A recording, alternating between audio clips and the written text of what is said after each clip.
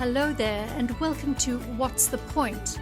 A question we should all be asking ourselves, and the podcast by brand architect Bill Ellis that will help you discover, clarify, and live your purpose.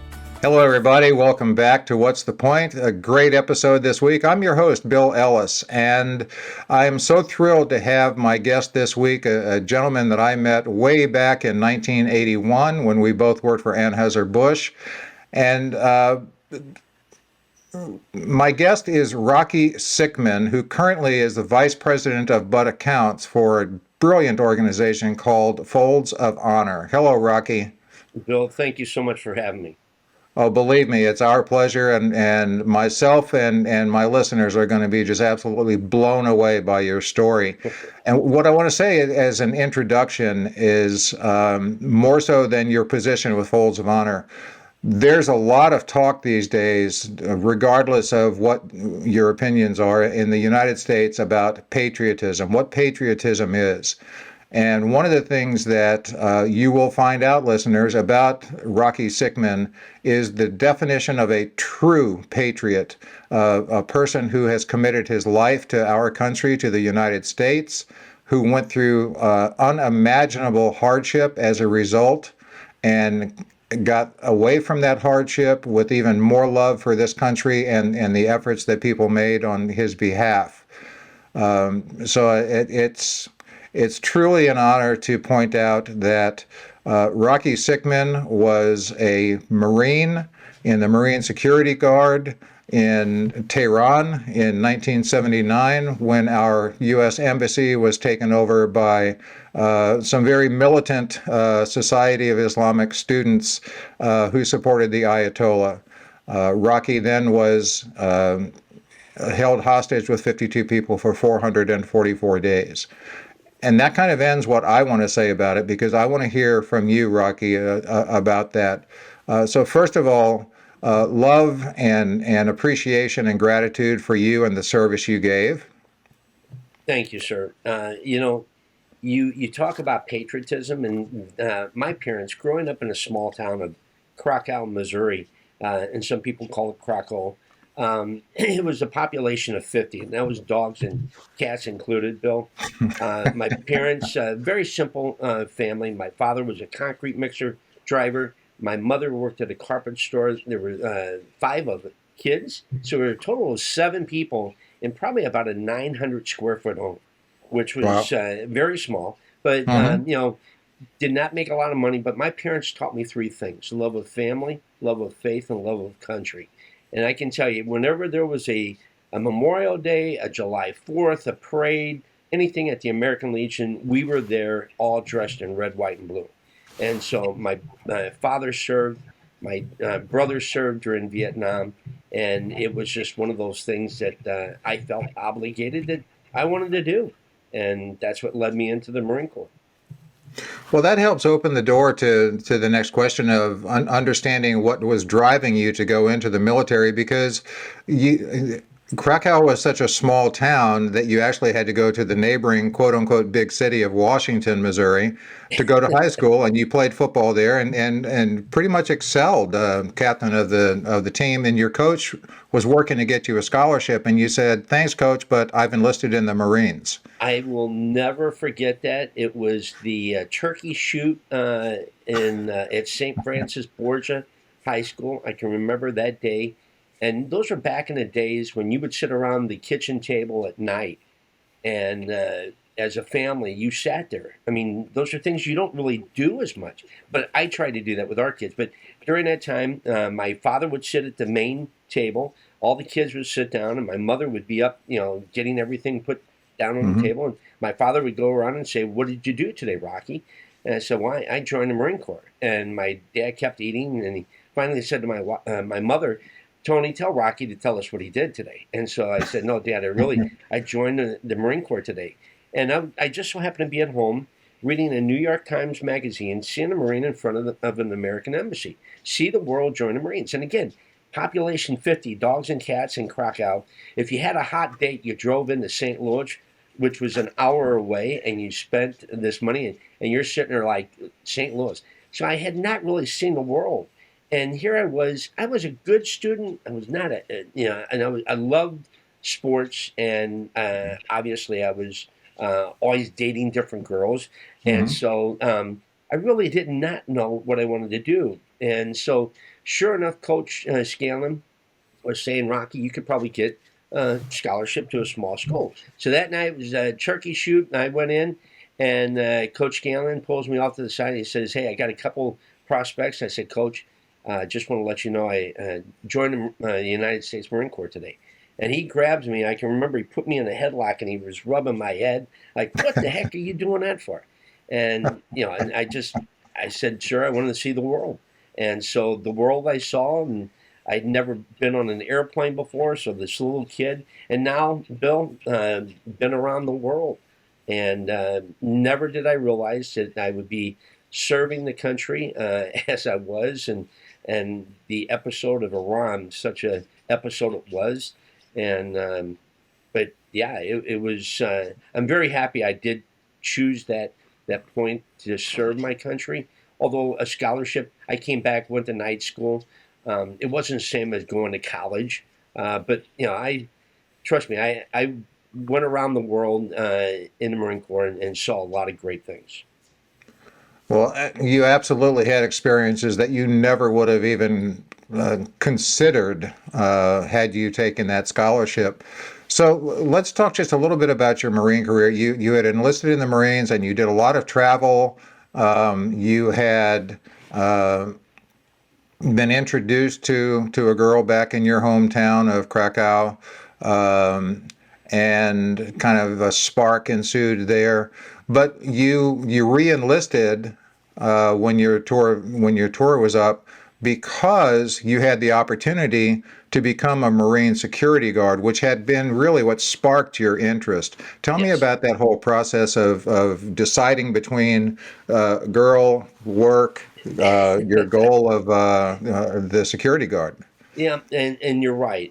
So when I went in for 4 years, and I had been to Asia, came back to the States, was located to the East Coast, went to Europe for a year, and about that time it was about 3.5 years in, and they said, "Okay, Rocky," and I said, "I really want to get into this MSG," and they go, "Well, if you have to do that, you have to re-enlist." I said, "Okay, well, whatever I have to do, I mean, I want to do that," and so you have to go through an oral, written, and all this other. Because the Marine Security Guard group is really an elite duty. Used to be Hmm. provided by the State Department, and they said, "How do we cut the cost?" So they said, "Let's just give it to a branch of the military. Say you can't be married, and so that it'll live very cheap." We had our own servant and everything else, and so. But at this time, when I was thinking of doing this, I had just came back from Europe, and my sisters, God love them, they were always looking to try to hook me up with different girls back home. And it was before we had cell phones, Bill. I mean, everything was written. I mean, you have to ask your viewers and listeners out there, when was the last time you wrote a letter? I mean, back then in Yeah. the 70s, we wrote a lot of letters. And my sister wrote me a letter and said, hey, got you hooked up with this girl named Jill Ditch. And I'm thinking, Jill Ditch. I knew Joey and Jerry in high school. But this is back in the high school when Jerry and Joey told Jill. Jill was the smallest girl in high school when she was a freshman. I was a freshman, and she was a freshman. I was a senior. And the word has it, this is what she says, is that she always wanted to have a date with me. And her brother said, don't ever talk to my friends. I mean, you hide when we come down the hall. So the poor thing, God love her, never knew that she exists. And so I come home after a tour of Europe, and I make my drive to Jerry's that night, and I'm thinking, well, it'll be all right because I hadn't seen Jerry, and he had married a young lady from my hometown of Krakow, Judy Ditch. And so they had just had a baby, and I'm thinking it'd be great to see him. So I go up and I knock on that door, and all of a sudden, this lady, this beautiful woman, opens the door, and I'm thinking, Jill Ditch? I mean, there was nobody like that in high school when I was in high school. And she goes, what happened to your hair? Because obviously she remembered me with a lot of hair, and I never saw her. So it's like, holy cow. So love at first sight. We had a great time. And then I was stationed at Camp Geiger, North Carolina. And then I went into MSG duty. In fact, that was about the time that I had just left 2-8, and I was going to Marine Security Guard Detachment at Quantico for school. And so she was just graduating. We were so young back then. I mean, this is like 43 years ago. And so she was just graduating. She had a scholarship to dance. And I said, well, I've got this great opportunity that I'm going to be doing. And so, but we dated, and there was no serious thing. We weren't going to get married. We were just friends. But I mean, serious. I mean, for me, I drove 30 hours a weekend to have a 24-hour date, and drove all the way back to North Carolina. But she came to my graduation, and I just remember her when I took her to the airport. She was flying home, and I was heading to the Middle East, and she just said, Rocky, I feel like something is going to happen. I just don't know if I'm ever going to see you again. I said, oh, don't say that. In fact, we're going to see each other. We had planned a skiing trip in Germany in December of 1979. Obviously, that never happened. Well, it's an incredible story, especially from someone who currently is in a long distance relationship, and the commitment that takes, and the true deep love that takes. But there's an interesting little side story to that, because at the MSG, you weren't supposed to be married. You also weren't supposed to have any kind of a serious relationship. So when she went to your graduation, she went undercover, if you will. Tell us about that. Yes, yeah. So it was my mother and father and my aunt and uncle and Jill, which was supposed to be my sister. And so, yeah. And so we had a dance that night, and all my buddies were coming up saying, Rocky, you're pretty serious about your sister over there. And so, they knew by the end of the night it was more than my sister. But yeah, we had that little thing, but it was just great for her to see. And at the graduation, they had talked about the Middle East. And, the American embassy in Iran had been attacked in February, March of 1979. And there were a couple Marines that were killed. There was a shootout. And so at the ceremony, remember the general that was speaking, saying that this would never happen again. Yeah. And obviously, I had no idea where I was going as my first post. It wasn't until 3 or 4 days after Jill and my parents had left that I got word that myself and 5 others were going to Iran.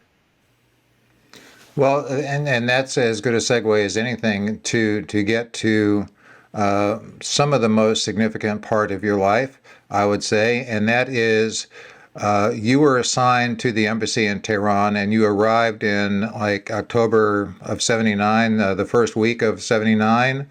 And around that time, it was real for those that aren't our age and those that aren't historians, just to set the stage very briefly. At the time, Iran was a very close ally of the U.S. with the Shah of Iran. But there was a lot of transition going on. He was very ill, came to the States for treatment, and that's when the Ayatollah Khomeini was making a move to take over the country. So you arrived October 7th, and November 4th is when the U.S. Embassy in Tehran was overtaken. Tell us about that, Rocky. Yeah, and all what you mentioned is absolutely correct, Bill. And we had heard wind. It was probably 2 weeks prior to November 4th, during our security debriefings, that, hey, the Shah was going to be allowed into the United States. So we need to make sure that everything is, up to par. And little did I realize the notes back to D.C., back to the State Department, were if you allow the Shah into the United States, one of 3 things is going to happen to this embassy. And so sure enough, it is documented by President Carter at the time, when they had told him that they were going to bring the Shah in. President Carter, in the meeting, basically looks at the individuals in this meeting and said, what are you going to do when the Iranians take our people hostage? Then what are you going to say? And Wow. little did he realize that 2 weeks after he said that, that's exactly what happened. Well, boy, that's certainly insightful, and I think says a lot about the character of Jimmy Carter, as unpopular as he is in a lot of circles and popular in others. So the actual incident, you were walking in through the gate onto the property. And tell the story. Yep, sure. I had just gotten off. We had a detachment of 12 Marines, and they had just beefed up the Marines. And sadly enough, our weapons to secure the American embassy at that time were a snub-nosed 38 and a sawed-off shotgun. I can tell you that no American embassies around the world are that ill-equipped as what we were in 1979. But because we learned from that, that never again would it happen. But I just gotten off duty that morning. I had gone up, gotten cleaned up, went to have breakfast, and it was a 23-acre compound. The chancery was at the very bottom, down by the main street. In the back was our breakfast area, restaurant. And so I sat down and had breakfast with 3 of the 6 that were escaped and created the movie Argo. They had worked in the Visa building. Well, that morning, little did we know, Bill, as we were sitting there eating our breakfast, that 4 hours later, our life would be turned upside down and never the same ever again. They leave. They go to the Visa building. I go down to the chancery. I walk in. Billy Gallegos, a kid from Pueblo, Colorado, I just met getting there, because you're right, I was only there for a short period of time. I said, hey, Billy, I got to go out into town and run some errands, but I'll be back. We can have lunch. He said, yeah, it sounds like a plan. So I walk out the main embassy chancery door, and you can hear the demonstrations. And there have been demonstrations every day. So I walk down to the right, go through the hedges, and I'm walking into the motor pool gate. And right over top of my head, there was a camera that faced the front gate. And all of a sudden, as I'm walking in, my walkie-talkie right away recall, which means report back immediately. And I turned and I looked at the front gate. And Bill, any of your viewers, listeners that have ever been outside the United States and gone to an American embassy, they're very, very secure. I mean, it's more difficult to get through the first stage than it is to get through the second. I can tell you that morning of November 4th, and I will tell everybody until I freaking go in the grave, there was no one at that front gate providing security. It was like they were told to go home and just let those individuals. As I turned and looked at the front gate, they were like already coming over. People were hitting the ground. At that time, I could run pretty fast. I took off back to the chancery because that's where all of our weapons were. And so as I'm running through the hedges and being chased by the Iranians behind me, Billy, he's starting to close the 4-inch steel door of the chancery to secure it. Because at that point in time, a mission of a Marine security guard is provide protection to the personnel, the documents, and the property of the American soil. So once you cross over that wall, you're on American soil. It is an international crime to enter an American soil. And so we secured, he kept the doors open for me. I got in, we secured the doors. And by that point in time, people were trying to get down to the chancery. And there was a total of 65 or so, I believe it was at that time, that were operating on the embassy compound. So there were probably, I would say, 35 or so got in, and we were secured. The others that tried to get in, once you secured the door, you couldn't open. Even though you saw somebody that you recognized, you couldn't open it. They immediately were taken. And so here we were waiting for the host government, because that's the plan, is you secure and you wait for the host government to come and remove their people from the compound.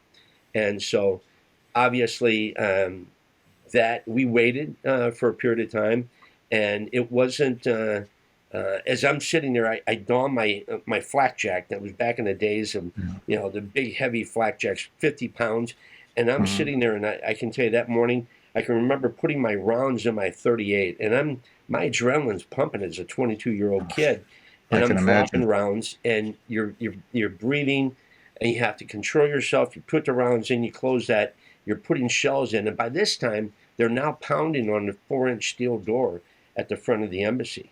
And so I radioed and said, hey guys, the plaster is starting to fall from around this 4-inch steel door. So it's like you're sitting there wondering, where in the heck is the host government to remove these people from the compound? And so all of a sudden, 3 other Marines came. They had 2 kneeling, 2 standing at the front door. And at that point in time, yeah, you could use deadly force if your life is in danger. Right. And so all of a sudden, down in the basement, Billy radios and says they've gotten in. So I'm the closest one to the steps. I run down, and as I'm running down, you do all these things in the military that you train. I mean, little did I realize why they taught me how to clean my clothes with a bar of soap, running water, and a slab of concrete. Little did I realize that's how I would be cleaning my clothes for the next 444 days. But donning your gas mask, I mean, in the midst of excitement, and you're doing it, and you don't even know you're doing it, Bill. It's like practice. And so Yeah. I get down there. Billy's already got his on, and he points down to the door, the corridor, and you can see one of the officers. There's like a bellow of smoke coming out, and all of a sudden, around the corner come 4 Iranian women being pushed, and they were all in black chadors, being pushed by Iranian men. And that's the second thing I wanted to tell everybody I can talk to and tell the story, is that morning they stuck Iranian women. This is 1979, when Iranian women had no rights. But that morning, they wanted to give them the rights to take the first shell. So it was at that point in time we were being screamed, don't fire, don't retaliate, help is on the way. Well, the only thing Billy and I are doing is slowly walking back to the steps. By that time, tear gas is popping. They all flee the building. We go up, we get all the things from post 1, and we then go up to the very top of the embassy. And I mean, this is, at this point in time, out of the 12 Marines, 7 Marines were in the American embassy. We held the American embassy for 4 freaking hours, waiting for the host government, the Islamic Republic of Iran, to come to help us. Nobody came. We were secured behind the 4-inch steel door at the very top of the embassy, the most secured part of the embassy. State Department folks were online with President Carter, and that at that point in time, they start bringing people, Bill, that they had taken earlier. They bring them up to the door, and on the other side of the 4-inch steel door, these folks are begging for their life because they've got weapons to their head, telling them, if you don't open the door, I'm going to kill you. And so these people are like breaking down, crying. And so finally, President Carter said, it's going to be 18 hours before we can get anybody there. Again, another change. Now, American embassies around the world, whenever you smell any, concern, there's a support group there immediately. But back then, we didn't have that. And this had never happened before. And so President Carter said, give yourself up, and we'll get this resolved with diplomacy. So we barricaded the doors, and the Marines were the first to go out because they didn't know what they were going to do. And so they immediately took us, and for the next 444 days, I can say that every day you were blindfolded, you were tied. The first 30 days, you were tied to a chair, or I was tied a week in a bed. And then the next 400 days, we were locked in a room where you told stories, you laughed, you cried, you slept, and we went outside 7 times out of 444 days. I mean, Wow. And it was just one of those things, when you look back on it, Bill, it was like I'm seeing a movie and I'm just telling you about the movie. It's hard to really, think that you went through that, but there are times that things trigger, and it's interesting. But I'm only telling you the story. I can tell you that only Billy was in the room with me for 400 days. This young kid from Pueblo, Colorado. My kids call him Uncle Billy. His daughter calls me Uncle Rocky. But it's a bond that it's hard to describe. And like I said, only he remembers the sounds and the smells. I can tell you about it, but you just don't understand it because you weren't there. Yeah, and I appreciate your honesty on that, because you're not trying to pretend that it's something that can be described. I mean, it's an experience that anyone that feels that they can put themselves in that situation is at best kidding themselves.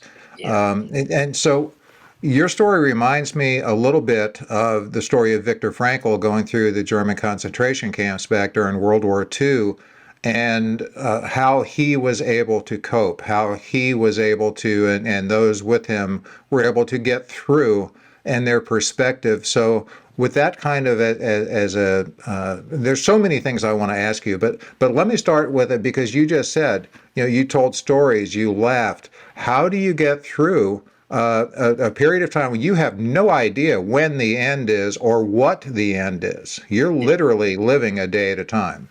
It was each day. And trust me, that first night, I can remember our arms were tied to the arms of the chair and our feet were tied to the feet of the chair. You weren't moving.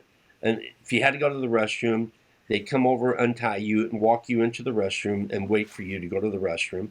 But as you sat in that chair the first day, and you're sitting there thinking, this is going to end pretty quick. The second day, the fifth day, and now you're in a corner of the room, and you had to go to a happy place. And that's why I told you, my parents taught me three things: love of family, love of faith, and love of country. And I can tell you those three things, Bill, is what kept me alive. And I was just recently at a party back home, my brother's wife's birthday party, and this little kid walks in through the back door of the church hall, and this little kid, his brother, was my close friend growing up. He was my Sandlot. You ever see the movie Sandlot, where those kids all get together playing baseball during the summertime?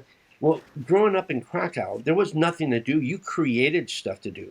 So, I mean, in the summertime, we play Indian ball. And I played every freaking Indian ball game that I did. Remember hitting the ball, if you hit the roof of the Hashlag's house, it was a home run. And during the wintertime, playing hockey on Bestie's Pond. Shame on me, but I stole, took my bottle of wine from my mom's cellar, and we were like in 8th grade, and it was like 12 o'clock at night, and we knew we had a snow day the next day. And so we would all take that because we had something to keep us warm, and it was because it's snowing out, and we had to build a bonfire, and we cleared the snow off the ice, and we played hockey till 1 o'clock, 2 o'clock in the morning. And then I sleigh ride down Aholtz Hill. I mean, all these, played basketball at Crockle Parish with the, not the cloth nets. We had chain links that whenever you hit the ball, it hit the chain. I mean, you had this, and I can remember my mother making pancakes. And as any of your viewers ever gone through a difficult time, you don't feel like eating. I mean, you don't feel like going to a smorgasbord to eat. And so when they take us down in the morning, day 5, day 10, you're sitting there thinking, I don't want to eat.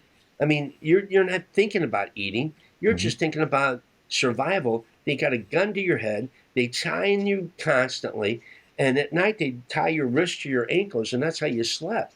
And so you had to go to a happy place. And so those happy times and faith, my mother said, Rocky, someday you're going to need God. So make sure. Yeah. And my father, God love him, he would usher 5 o'clock Sunday morning mass. Whenever he ushered, I had to serve because it had to be father, son. And so I said, Dad, couldn't you do another later mass? I mean, why always the 5 o'clock? And so I'm always doing that. But I mean, she was right. I mean, I had never prayed so hard in my life for having a second chance. I tell you, Bill, that American flag, it means freedom. And I tell you what, just one day of anybody that's lost their freedom, you know how precious that freedom is. And trust me, each day, and it wasn't until, going through my first Thanksgiving, because Thanksgiving, my parents would make our house like the Ritz-Carlton. And it was a very small house, but they made it as if we were at the Ritz-Carlton. My mother had homemade food, and I'm sitting there, and I could smell the food as I sat in the corner of the room, just, reminiscing all my family coming over, all the hugs, and everybody sitting there telling stories, and then Christmas. And I went back as far as I could as my I wanted, as a young kid, a race car set. And I can remember my father joking with me, here you're sitting in this chair thinking of these stories. And I can remember as a young kid, I thought Christmas was over. I didn't get my race car set. And around the corner, my dad brings this big old box with my race car set. So, I mean, Wow. you went back, and those times are what kept me alive. And it was just, once we were put into a room, Billy had his stories, Jerry Plotkin had his stories, but those were the things and the hope and prayers.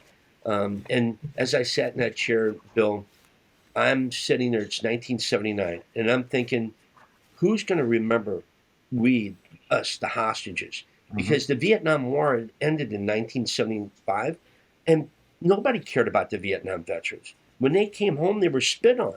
And so you're sitting there 10,000 miles away from home, and you could hear the city of Tehran start in the morning. You could hear the noise, and you could hear the demonstrators chanting "Death to America," and all of a sudden the city would go to bed. And the next morning it would open, and it would start all over. And you're sitting there thinking, we're going to be forgotten. Who cares about us? And so little did I realize we were wrong. We were. Again, I can only imagine. So again, there's a lot to talk about. 66 people were taken on that day, and 3 weeks later, 13 were released. They happened to be the women and the black African Americans, and then close to a year later, one other gentleman was released because of multiple sclerosis. So it ended up being 52 of you that endured the entire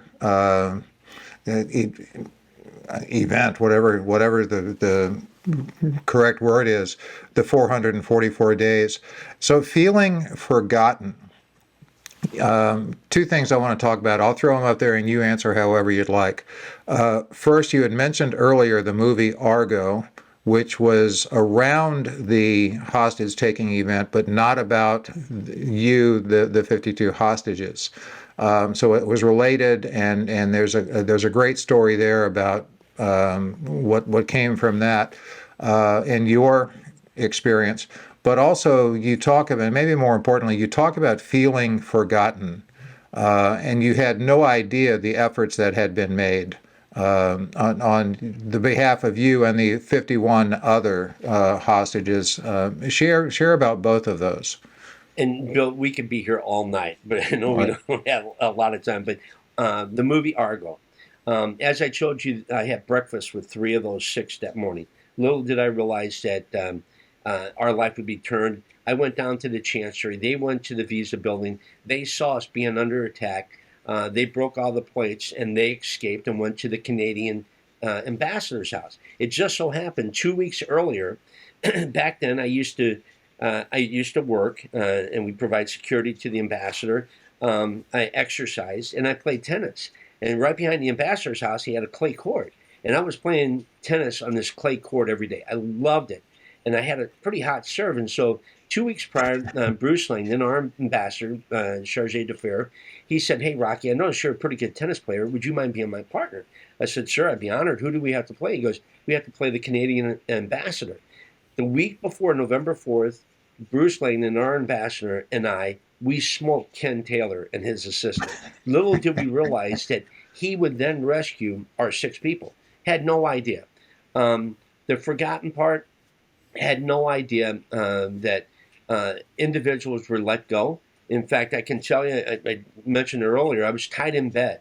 One night, I don't know what time it was, but I'm tied in a bed with a captain in the Air Force, African American.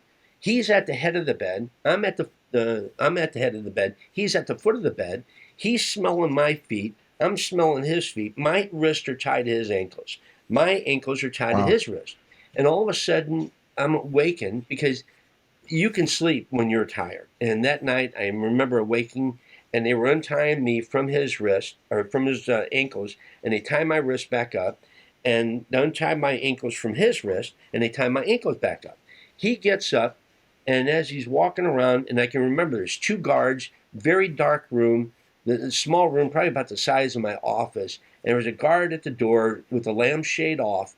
He's sitting there, and he looks down at me, and I just had this feeling. I said, "Hey, say hello to my mother and father," and and he winks at me, and thank goodness they released him because they had found that he had been CIA. But they released all the African Americans except for one, Charles Jones. Charles Jones was caught in a communication vault, so they right away thought he was a spy, everything else. Mhm. And so, but yeah, it wasn't until we came home, and little did we know that there was a rescue operation. And, when people call me a hero, I'm not the hero, Bill. The hero, and those are the 8 individuals that lost their life. And this is what, again, the American flag represents. And I did not know until January 20th of 1981, when all of a sudden they come into our room and they blindfold us and they take us. Every time you left a room, you were blindfolded and you were tied or handcuffed. And that night they took us, blindfolded us, didn't handcuff us, didn't tie our hands, took us from the room. Instead of going right the way we came into the room, you turned left.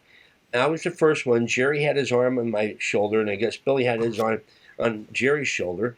We walked down the aisle about 10 yards. All of a sudden he stops, he turns me, opens up the door, and I could feel this cold, fresh air.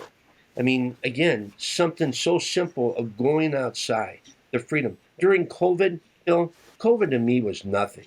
I mean, Yeah. being held hostage. No, true. Yeah. I'm serious. I mean, Oh, I could go anywhere. I could go outside. I could call my parents or my brothers and sisters. I could, do whatever I wanted. Now, granted, you just couldn't be in large groups, but still, I could communicate to them. But this night of January 20th, 1981, I walk out into the snow, and they had taken our shoes from us in 1980, March. And I had these plastic open-toe shoes. I can remember going through the snow. It had been snowing, and the snow is hitting me on my my blindfold, and it felt so cold but so good, and the snow was running through my toes. They put us onto a vehicle. The vehicle drives off. It scrapes the right side of a tree, jumps a curb, turns right, and it goes for, I don't know, about 30 minutes or so, and all of a sudden it makes a right-hand turn, and you hear a sound of a jet engine, and your heart is pounding because you had prayed, you had cried, you had hoped for this opportunity. And all of a sudden, we stop right behind the plane, and you can feel the force blowing against this vehicle that we're in. I didn't have glasses, didn't have hearing aids back then. And so they told us to unblindfold. And you start to unblindfold, and here you are seeing someone you hadn't seen for 444 days. And all of a sudden, they start grabbing us one by one, and they take us out of the vehicle. They're spitting on us, chanting "Death to America." We board the back of this tail of this airplane and walk up the gangplank. I hadn't seen a woman in 444 days. A beautiful little airline stewardess. She takes me. She's speaking broken English. Didn't know who she was. Come to find out, they were Algerian. Algeria were our mediators to get this whole thing resolved. Had no idea. So she takes me. She puts me down in the seat. You're thinking that, okay, you've been held for 444 days. You're now freed, and you're on this airplane. But are you really free? Nobody's jumping around for excitement because you're still on that tarmac, and they're out there chanting "Death to America." Who's to say that this plane is going to freaking make it off the runway? Yeah. So all of a sudden, they start closing the back of the door, and you're looking around, and you're saying, wait, where's Bill? Where's Gene? Where's Judy? Where's Debbie? Where's everybody else? And they said, no, you're the last. So what do you mean we're the last? They said the others were let go a year earlier. And we had no idea. We had no idea of everything was, because we were secured in a room and never told anything for 444 days. I mean, there was no radio, there was no newspaper. And so finally the pilot says, please be seated. We must take off. And I don't know if your viewers and your listeners know that the only reason why we were let go was because the United States paid the Islamic Republic of Iran $8.3 billion on January 17th. So that airplane that we're boarding on January 20th got there January 17th. And the Islamic Republic of Iran, they waited. They said, we'll release the hostages when we want it. And this is, Bill, what they did to us for 444 days. Our interrogations, They told us, it is not you, the American people, we hate. It's your government. But we will use you to humiliate your government. And we know your government comes and goes every 4 to 8 years. And you know what? They have humiliated every president since 1979. And we've allowed it. And the people that took us are the radicals that are in control with the radical thugs, the mullahs that are in control. Bill, they sat there and they told us the reason why you're taken is because the Shah is a bad person and the Sawbeck that he had are awful people. Well, are you telling me that the mullahs have done any better and the Revolutionary Guard that have killed and taken hostages are any better? So it wasn't until, I guess, maybe 20 minutes, the pilot gets to the end of the runway. He turns left and he comes and he stops. He says, all right, we're ready to take off. Please be seated. And everybody's already seated. Nobody's saying a word. And all of a sudden, the pilot's got his foot on the brake and he starts accelerating. And all of a sudden, the plane comes back down to an idle. And Bill, for 444 days, it was a mind game. You didn't know morning, noon, or night if you were going to live or die. And that night, they turned the runway lights off. And they waited 20 minutes just to humiliate President Carter, because that was President Carter's last big thing, was to get the hostages home. And you know what? They waited until 20 minutes that he was out of office just to stab him in the back. And like I said, the Islamic Republic of Iran has stabbed every freaking presidency, and we've allowed it. And all of a sudden, he leaves office, President Reagan comes in. Many people said, well, they were scared of Reagan. Well, if they were scared of Reagan, why did they kill 240 Marines in Beirut in 1983? I mean, it's like that night, that plane started down the runway, and I can tell you there was just the sound of the jets that basically took us off. And I mean, I got my eyes closed and my hands are in the armrest, dug in, just not knowing what was going to happen. And the plane tilts and heads up towards Turkey. And once we got into Turkish airspace, the pilot said we were being escorted by 2 fighters, and then we knew that we were free. I mean, the pair of pants I was wearing, my left cheek was completely hanging out of it. I've worn for over 200 days, and so. But at that point in time, we came unglued, and we knew we were free. Just absolutely amazing. So Rocky, we talked about a time limit for our conversation, and there's so much more to unpack and to hear, and frankly, to learn from you and your experience. My thought is, if you're agreeable, can we make this part 1 and come back with a part 2? Absolutely. Yeah, so much has happened, and this is just my story, Bill. I'm sorry. Right. So many different stories, and the family stories. Think about the families and those that were on the rescue mission that lost their loved ones. 8 individuals that gave their life for my life. Bill, how do you wake up every morning knowing that these 8 individuals paid the ultimate sacrifice? Yeah. Their life for your life. It's at best humbling, and I won't even attempt to put myself in your shoes, but I will attempt to be aware of that type of impact and that type of true sacrifice.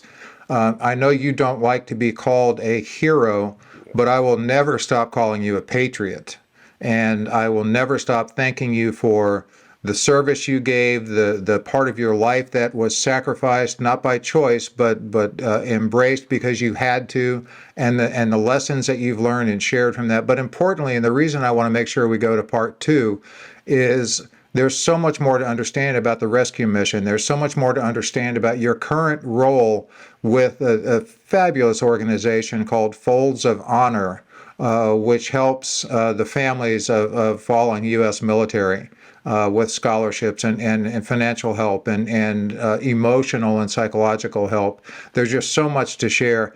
I will say this. The other thing I want to talk about in part 2 is you kept a diary, and I'm dying to understand how you did that, and the story of how you got it out with you is pretty clever.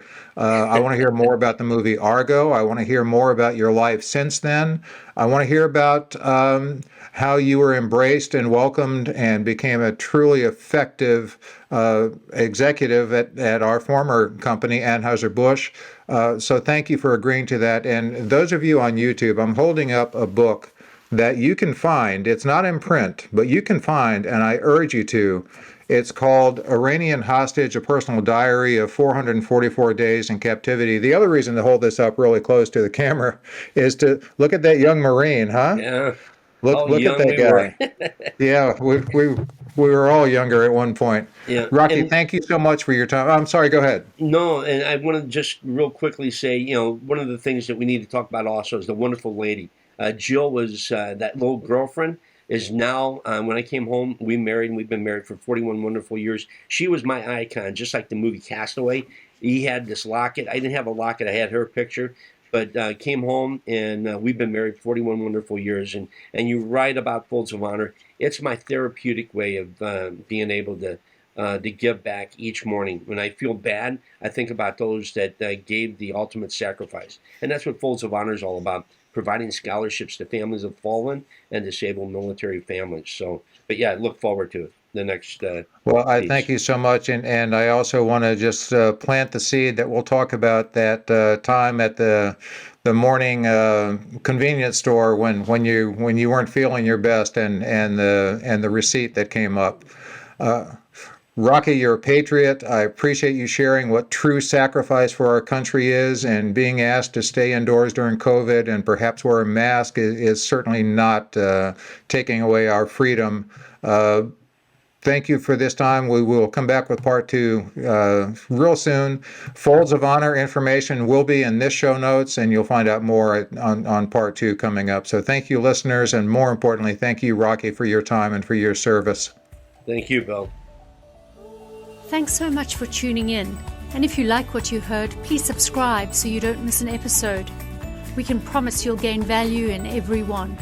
Rating and reviewing makes us more discoverable and helps others find out what's the point. And if you'd like to know more about Bill Ellis or contact him, please visit his website, www.brandingpillars.com. See you next time.